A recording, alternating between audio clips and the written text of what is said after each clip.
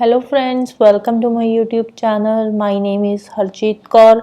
आज हम डिस्कस करेंगे 23 ऑफ फरवरी के daily current affairs questions. Right, तो अगर आपको इस पर्टिकुलर लेक्चर की पीडीएफ चाहिए तो उसके लिए आप मेरा टेलीग्राम चैनल भी ज्वाइन कर सकते हो। तो शुरू करते हैं। सबसे पहले देखते हैं इम्पॉर्टेंट डेज। तो 23 ऑफ फरवरी है आज।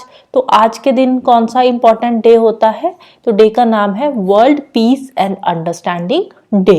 राइट, तो आज डे कौन सा है? World peace and understanding day. कब होता है? 23 ऑफ फरवरी को। तो नेक्स्ट चलते हैं हम क्वेश्चंस की तरफ। हमारा क्वेश्चन नंबर 1 है, fourth edition of Khelo India university games started from which state? तो हमने थोड़े दिन पहले भी पढ़ा था कि खेलो इंडिया यूनिवर्सिटी गेम्स का फोर्थ एडिशन शुरू होने जा रहा है। तो कौन सी स्टेट से ये शुरू होगा? ये शुरू होगा असम स्टेट से। राइट, तो ये जो फोर्थ एडिशन है इसका जो इनॉग्रेशन हो रहा है खेलो इंडिया यूनिवर्सिटी गेम्स का, तो ये कहाँ पे हो रहा है? असम के अंदर हो रहा है। असम में कहाँ पे? असम में सरुसजाई स्पोर्ट्स कॉम्प्लेक्स गुवाहाटी के अंदर। तो यहाँ पे टोटल 20 स्पोर्टिंग डिसिप्लिन्स रहेंगे, 20 गेम्स यहाँ पे खेली जाएंगे, 20 स्पोर्ट्स, जिसमें से जो 16 स्पोर्ट्स है वो असम के अंदर होंगे और बाकी के जो 4 स्पोर्ट्स बचे हैं वो कहाँ पे होंगे? बाकी की नॉर्थ ईस्टर्न स्टेट्स के अंदर। राइट, और ये जो देखो यूनिवर्सिटी गेम्स है ना, ये शुरू असम से होएंगी। असम से कहाँ पे? गुवाहाटी से शुरू होएंगी, लेकिन कुछ गेम्स बाकी की नॉर्थ ईस्टर्न स्टेट्स में भी खेली जाएंगी। तो अभी ये चल रही है, जैसे ही खत्म होएगी तब हम प्रॉपर इनको डिस्कस करेंगे। तो इन गेम्स में 215 से भी ज्यादा यूनिवर्सिटीज पार्टिसिपेट कर रही हैं। राइट, नेक्स्ट चलते हैं। हमारा क्वेश्चन नंबर 2 है, who secures first ever Paris Olympics quota in dressage discipline? Dressage discipline क्या होता है? ड्रेसेज में क्या होता है? इसमें एक हॉर्स राइडिंग होती है, जैसे एक हॉर्स होता है उसके ऊपर एक राइडर बैठा होता है और ये एक तरह की रिदमिक परफॉर्मेंस देते हैं। हॉर्स और राइडर दोनों मिलकर एक रिदमिक परफॉर्मेंस देते हैं, तो इसको बोलते हैं ड्रेसेज। तो पेरिस ओलंपिक्स में ड्रेसेज कोटा हमारा जो है इस बार फिक्स हो चुका है। हमने सिक्योर कर लिया है अपना कोटा पेरिस ओलंपिक्स के अंदर। पेरिस ओलंपिक्स 2024 में ही होने जा रहे हैं, अभी डेट इनकी अनाउंस नहीं हुई है। तो इसमें जो ड्रेसेज डिसिप्लिन में कोटा सिक्योर किया है वो किस पर्सन ने सिक्योर किया है? तो ड्रेसेज का कोटा सिक्योर किया है अनुष अग्रवाल जी ने। राइट, अब देखो इसमें हमने कोटा सिक्योर किया है, ड्रेसेज में कोटा सिक्योर किया है, अनुष अग्रवाल ने सिक्योर किया है, बट ये कोटा मिलेगा किसको वो अभी नहीं पता। राइट, वो अभी अनाउंस नहीं हुआ। जैसे ही अनाउंस होगा तो हम नेक्स्ट क्वेश्चन लेकर आएंगे। तो अनुष अग्रवाल के बारे में कुछ और देख लेते हैं। अनुष अग्रवाल ने लास्ट ईयर एशियन गेम के अंदर ब्रॉन्ज मेडल जीता था। राइट, इंडिया का पहला इंडिविजुअल ब्रॉन्ज मेडल इन्होंने जीता था लास्ट ईयर एशियन गेम के अंदर ड्रेसेज कैटेगरी में।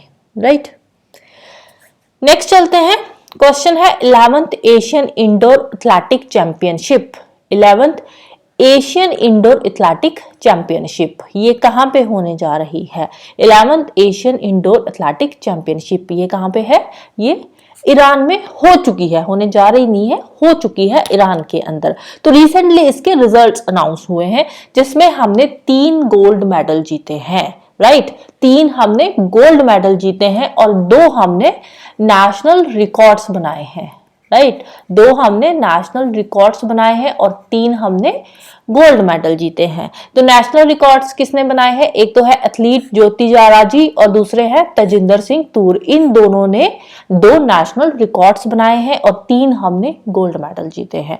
तो पहला गोल्ड मेडल जीता है एथलीट ज्योति जाराजी ने। इन्होंने गोल्ड मेडल जीता है विमेन्स 6 मीटर हर्डल्स में, जिसमें इनका टाइमिंग रहा है 8.12 सेकेंड्स का। तो इन्होंने इसके साथ ही नेशनल रिकॉर्ड भी बनाया है। नेशनल रिकॉर्ड बनाया है, वर्ल्ड रिकॉर्ड नहीं बनाया। राइट, इंडिया के ही रिकॉर्ड को तोड़कर एक नया नेशनल रिकॉर्ड इन्होंने बनाया है। तो सेकंड है तजिंदर सिंह तूर। इन्होंने गोल्ड मेडल जीता है मेंस शॉर्ट पुट में जिसमें गोला फेंकते हैं।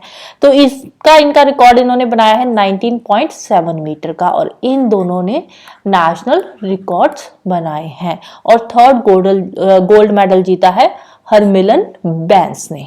राइट इन्होंने विमेन्स 1500 मीटर में गोल्ड मेडल जीता है। नेक्स्ट है, name the first north eastern state in India to achieve 100% saturation of Har Ghar जल।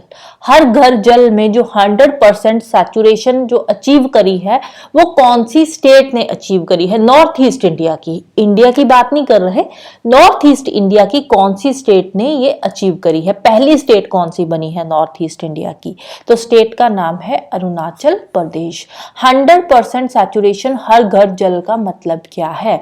इसका मतलब है कि 100% हर घर के अंदर अब टैप वाटर पहुंचेगा, पीने लायक टैप वाटर हर घर के अंदर वहां पे पहुंच चुका है अरुणाचल प्रदेश के अंदर, राइट। तो ये जो स्कीम है इसको हमारे प्राइम मिनिस्टर मोदी जी ने अनाउंस करा था 15 अगस्त 2019 को। स्कीम का पूरा नाम क्या है? जल जीवन मिशन हर घर जल। जल जीवन मिशन हर घर जल इसका पूरा नाम है। और रिसेंटली नॉर्थ ईस्ट की अरुणाचल प्रदेश स्टेट ने 100% सैचुरेशन अचीव करा है और इसके साथ ही Arunachal Pradesh north east India की पहली स्टेट बनी है, राइट। याद रखना है, नॉर्थ ईस्ट इंडिया की पहली स्टेट बनी है। अगर हम इंडिया के कॉन्टेक्स्ट में बात करें तो इंडिया के कॉन्टेक्स्ट में अगस्त 2022 में गोवा पहली स्टेट बनी थी जिसने हर घर जल में 100% सैचुरेशन अचीव करी थी। यूटी की बात करें दादरा नगर हवेली एंड दमन दीव आ जाएगा, राइट। स्टेट की बात करें तो गोवा पहली स्टेट है, इंडिया की पहली स्टेट है जहां पे 100% सैचुरेशन इन्होंने अचीव करी थी हर घर जल की, मतलब हर घर में 100% वहां पे टैप वाटर पहुंच चुका था 2022 में। तो अरुणाचल प्रदेश के चीफ मिनिस्टर कौन है? पेमा खांडू। और कैपिटल क्या है? ईटानगर। अरुणाचल प्रदेश की कैपिटल है ईटानगर और सीएम का नाम है पेमा खांडू, राइट। नेक्स्ट है, World Bank to collaborate with which Indian state government to combat climate change. Climate change को रोकने के लिए वर्ल्ड बैंक ने रिसेंटली इंडिया की एक स्टेट के साथ मेमोरेंडम ऑफ अंडरस्टैंडिंग साइन किया है। तो कौन सी स्टेट के साथ ये मेमोरेंडम ऑफ अंडरस्टैंडिंग साइन करा है वर्ल्ड बैंक ने? तो स्टेट का नाम है गोवा। गोवा के साथ ये मेमोरेंडम ऑफ अंडरस्टैंडिंग साइन किया है टू कॉम्बैट क्लाइमेट चेंज को रोकने के लिए, राइट। नेक्स्ट है, PM Modi digitally launched the प्रधानमंत्री उच्चतर शिक्षा अभियान। पीएम उषा एट प्रधानमंत्री उच्चतर, यू से उच्चतर, एसएच शिक्षा, ए से अभियान, उच्चतर शिक्षा अभियान। ये इस प्रधानमंत्री जी ने अभी रिसेंटली लॉन्च किया है। तो कहाँ पे लॉन्च किया है? तो इसको लॉन्च किया गया है मुंबई यूनिवर्सिटी के अंदर, राइट। तो अब ये है क्या स्कीम? इस स्कीम के अंदर महाराष्ट्र को टोटल 540 करोड़ रुपीस जो है वो दिए गए हैं अंडर प्रधानमंत्री उच्चतर शिक्षा अभियान। किस काम के लिए दिए गए हैं? हायर एजुकेशन इंस्टीट्यूशंस के लिए। हमने देखा ना उच्चतर शिक्षा अभियान, उच्चतर मीन्स हायर, राइट। उच्चतर मीन्स हायर एजुकेशनल इंस्टीट्यूशंस के इंफ्रास्ट्रक्चरल डेवलपमेंट के लिए और वहां की एकेडमिक डेवलपमेंट के लिए महाराष्ट्र गवर्नमेंट को कितने पैसे दिए गए हैं? 540 करोड़ रुपीस जो है वो दिए गए हैं अंडर प्रधानमंत्री उच्चतर शिक्षा अभियान, राइट। अब ये जो प्रधानमंत्री उच्चतर शिक्षा अभियान है ये कोई नई स्कीम नहीं है। इससे पहले भी एक स्कीम चल रही है जिसका नाम है राष्ट्रीय उच्चतर शिक्षा अभियान, जिसको बोलते हैं रूसा, राष्ट्रीय उच्चतर शिक्षा अभियान। ये एक सेंट्रली स्पॉन्सर्ड स्कीम है to fund states and union territories institutions. States के इंस्टीट्यूशंस को, यूनियन टेरिटरीज के इंस्टीट्यूशंस को पैसा देने के लिए ये पहले ही एक सेंट्रली स्पॉन्सर्ड स्कीम जो है लॉन्च करी गई है जिसका नाम है राष्ट्रीय उच्चतर शिक्षा अभियान। उसी के ही एक फेज के अंडर ये जो प्रधानमंत्री उच्चतर शिक्षा अभियान स्कीम है ये लॉन्च करी गई है, राइट। इसका जो फर्स्ट फेज है वो था 2013 में लॉन्च हुआ था और सेकंड फेज 2018 में। तो अभी रिसेंटली आई है प्रधानमंत्री उच्चतर शिक्षा अभियान। तो कहाँ पे, कौन सी यूनिवर्सिटी के अंदर ये जो है लॉन्च कराई गई है? डिजिटली हमारे प्रधानमंत्री जी ने लॉन्च किया है मुंबई यूनिवर्सिटी के अंदर, राइट। नेक्स्ट चलते हैं, Indus x summit held in new Delhi is between India and. Indus x summit recently हुई है, न्यू दिल्ली के अंदर ही हुई है। ये किससे रिलेटेड है? इंडस एक्स समिट, ये डिफेंस से रिलेटेड समिट है।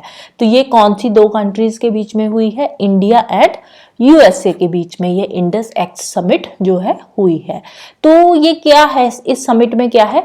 इस समिट में दोनों कंट्रीज ने अपनी डिफेंस इनोवेशंस को जो है बढ़ाने के लिए ये समिट करी है। और इसमें क्या है, दोनों कंट्रीज के कोलैबोरेटिव एफर्ट्स होंगे, दोनों कंट्रीज आपस में बातचीत करेंगी, जिसमें क्या होगा कि इसमें ये इनोवेटिव आइडियाज लेकर आएंगे कि कैसे हम अपने डिफेंस सेक्टर को और अच्छा बना सकते हैं। राइट, यूएस और इंडिया दोनों मिलकर एक इन्होंने इंडस एक्स समिट करी है, जिसमें ये नए नए आइडियाज जो है डेवलप होंगे, सो दैट कि दोनों कंट्रीज अपने डिफेंस सेक्टर को और अच्छा बना सके। तो इंडस एक्स की बात करते हैं। इंडस एक्स ये लॉन्च हुई थी जून 2023 के अंदर। अब रिसेंटली दोनों कंट्रीज की एक मीटिंग हुई है, तो इंडस एक्स के अंदर ही। नेक्स्ट है सागर आंकलन। सागर आंकलन ये एक परफॉर्मेंस इंडेक्स है। किस चीज का परफॉर्मेंस इंडेक्स है सागर आंकलन? सागर, अब देखो सागर से नाम पता चल रहा है, सागर मींस के ओशन से रिलेटेड कोई चीज होगी। तो अब देखो इन चारों जो हमने दिए हैं ऑप्शंस, इसमें से ओशियन से रिलेटेड कौन सा है? पोर्ट्स। एयरपोर्ट्स तो एयर से रिलेटेड हो गया। अब सागर आंकलन की बात हो रही है, तो ये पोर्ट से रिलेटेड एक परफॉर्मेंस इंडेक्स है। अब देखो पोर्ट्स का अगर कोई इंडेक्स आएगा, परफॉर्मेंस इंडेक्स आएगा, तो उससे क्या होगा? उससे कंपटीशन हो जाएगा पोर्ट्स के बीच में। राइट, तो हर एक पोर्ट जो है उनको होगा कि हम अपने पोर्ट को और अच्छा बनाएं, सो दैट कि हमारा जो इंडेक्स में जो रैंक है वो थोड़ा ऊपर आ जाए। तो ये एक तरह का जो पोर्ट्स है उसको और ज्यादा एफिशिएंट बनाने के लिए ये जो इंडेक्स है वो लाया जा रहा है। राइट, तो ये पोर्ट्स का एक परफॉर्मेंस इंडेक्स है। नेक्स्ट चलते हैं, neem summit and global neem trade fair held in. Neem summit and global neem trade fair ये कहां पे हुआ है? तो ये हुआ है न्यू दिल्ली के अंदर। Neem summit and global neem trade fair, right, कहां पे हुआ है? न्यू दिल्ली के अंदर हुआ है। तो कौन सी ऑर्गेनाइजेशंस ने मिलकर इसको ऑर्गेनाइज किया था? कब हुआ था? 19-20 फरवरी को हुआ था।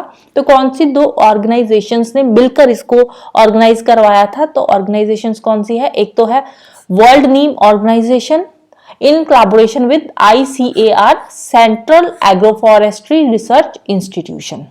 इन दोनों ने मिलकर इसको ऑर्गेनाइज किया है न्यू दिल्ली के अंदर। Right, central agroforestry research institution Jhansi ने मिलकर, राइट, वर्ल्ड नीम ऑर्गेनाइजेशन, और दूसरी साइड है ICAR central agroforestry research institute Jhansi. इन दोनों ने मिलकर कोलैबोरेट करके इस ये जो नीम फेस्टिवल है, नीम ऑर्गेनाइजेशन है, इसको ऑर्गेनाइज करवाया है। और इस साल का इसका थीम क्या है? तो इसका थीम है neem for sustainable agriculture, health and environment. Neem for sustainable agriculture, health and environment. Next है world's first wooden satellite to be launched by NASA and. दो स्पेस एजेंसीज है, एक तो नासा किसकी है? यूएसए की स्पेस एजेंसी है, और एक और स्पेस एजेंसी है जिन्होंने मिलकर एक वर्ल्ड का पहला वुडन सैटेलाइट लॉन्च करने जा रहे हैं। अभी हुआ नहीं है, लॉन्च करने जा रहे हैं ये दोनों स्पेस एजेंसीज। वुडन सैटेलाइट क्या है? अब वुडन सैटेलाइट ये क्या है? ये एक कप शेप्ड सैटेलाइट होगा। तो इसका बेनिफिट क्या होगा कि जैसे जो बाकी के सैटेलाइट स्पेस में जाते हैं ना, तो जैसे ही वो वापस आते हैं तो स्पेस में ही वो टूट जाते हैं, तो उसमें एल्युमिनियम बहुत ज्यादा होता है, जिसकी वजह से हमारी जो ओजोन लेयर है वो डिप्लीट होती है। ओजोन लेयर पे भी उसका इफेक्ट होता है, और साथ ही साथ जो हमारा स्ट्रेटोस्फेयर है ना, उसमें एल्युमिनियम के छोटे छोटे बहुत सारे टुकड़े मिल रहे हैं। राइट, तो ये सैटेलाइट्स की वजह से ही हो रहा है। तो इसीलिए ये पहला वुडन सैटेलाइट लॉन्च करने जा रहा है नासा एंड दूसरा कौन सी स्पेस एजेंसी है? जाक्सा। जाक्सा कहाँ की स्पेस एजेंसी है? ये जापान की स्पेस एजेंसी है। ये दोनों मिलकर वुडन सैटेलाइट लॉन्च करने जा रहे हैं। इससे बेनिफिट क्या होगा कि जैसे ही ये स्पेस से वापस आएगा, तो जब ये टूटेगा, टूट कर ये क्या होगा? इसका ऐश में कन्वर्ट हो जाएगा। राइट, जल जाएगा और ऐश में कन्वर्ट हो जाएगा। इससे क्या है? इससे हमारे इन्वायरमेंट पे कोई भी बैड इफेक्ट नहीं पड़ेगा। तो कौन सी दो स्पेस एजेंसीज है जो वुडन सैटेलाइट लॉन्च करने जा रही है? तो एक है नासा और दूसरी है जाक्सा। नासा यूएसए की स्पेस एजेंसी है, जाक्सा जापान की स्पेस एजेंसी है। नेक्स्ट है name the country which recently join international solar alliance. International solar alliance को रिसेंटली कौन सी कंट्री ने ज्वाइन किया है? तो कंट्री का नाम है माल्टा। तो माल्टा की अगर हम लोकेशन की बात करें तो कहाँ पे है माल्टा कंट्री? जो है ये मेडिटेरेनियन सी के अंदर एक आइलैंड कंट्री है, ग्रुप ऑफ आइलैंड्स है जिन्होंने मिलकर एक कंट्री बनाई हुई जिसका नाम है माल्टा, राइट। तो इटली के बिल्कुल नीचे है ये माल्टा कंट्री मेडिटेरेनियन सी के अंदर। तो रिसेंटली इस कंट्री ने इंटरनेशनल सोलर अलायंस को ज्वाइन किया है। इंटरनेशनल सोलर अलायंस की बात करें तो ये एक इंटर गवर्नमेंटल ऑर्गेनाइजेशन है। माल्टा की बात करें तो माल्टा इंटरनेशनल सोलर अलायंस की 119th कंट्री बन चुकी है, रिसेंटली ज्वाइन किया है और 119th कंट्री ये बन गई है जिसने इंटरनेशनल सोलर अलायंस को ज्वाइन किया है। इंटरनेशनल सोलर अलायंस ये एक इंटर गवर्नमेंटल ऑर्गेनाइजेशन है जिसको 2015 में लॉन्च किया गया था। इंडिया और फ्रांस ने मिलकर लॉन्च किया था। इंडिया के प्राइम मिनिस्टर और फ्रांस के प्रेसिडेंट दोनों ने मिलकर इसको लॉन्च किया था United nation climate change conference के टाइम पे, जो कि पेरिस में हुई थी। तो उस टाइम पे इंटरनेशनल सोलर अलायंस जो था इसको लॉन्च किया गया था। ये एक इंटर गवर्नमेंटल ऑर्गेनाइजेशन है। तो इसके अंदर क्या होता है, इसमें अंदर बेसिकली जो सोलर एनर्जी है उसको प्रमोट किया जाता है, उसको बढ़ावा दिया जाता है। तो इसमें मोस्टली तो वही कंट्रीज आती है जो ट्रॉपिक्स के बीच में होती है, ट्रॉपिक ऑफ कैंसर और ट्रॉपिक ऑफ कैप्रिकॉर्न के। बट अभी तो यूरोपियन यूनियन की सारी कंट्रीज ही अलाउड है, इंटरनेशनल सोलर अलायंस ज्वाइन कर सकती है, राइट। नेक्स्ट है first skill India centre of the country inaugurated in which state? Skill India centre, skill India जो सेंटर है पहला ये कहाँ पे शुरू होने जा रहा है? तो ये ओडिशा के अंदर शुरू होने जा रहा है स्किल इंडिया सेंटर। तो ओडिशा में कहाँ पे? ओडिशा में संबलपुर में। ओडिशा में कहाँ पे ये इनॉग्रेट होगा? संबलपुर में इनॉग्रेट होगा और इसका टारगेट है कि 1200 स्टूडेंट्स को स्किल इंडिया सेंटर के थ्रू हम इम्पार करेंगे, राइट। नेक्स्ट है relics of Lord Buddha from National Museum in New Delhi to be displayed in which country? तो न्यू दिल्ली में जो बुद्धा के relics पड़े हैं नेशनल म्यूजियम के अंदर, उनको रिसेंटली कहाँ पे डिस्प्ले किया जाएगा? थाईलैंड के अंदर, राइट। थाईलैंड की 4 सिटीज में इनको डिस्प्ले किया जाएगा। तो ये जो relics है इनको नेशनल म्यूजियम से उठाकर थाईलैंड ले जाया जाएगा, प्रॉपर सेफ्टी के साथ इनको वहां पे जो है ले जाया जाएगा 26 डेज के लिए। 26 डेज के लिए वहां पे इनको डिस्प्ले किया जाएगा और बाद में वापस नेशनल म्यूजियम के अंदर लाकर रख दिया जाएगा, right. So that's all for today. Hope you enjoy the session. Thank you, bye bye and have a nice day.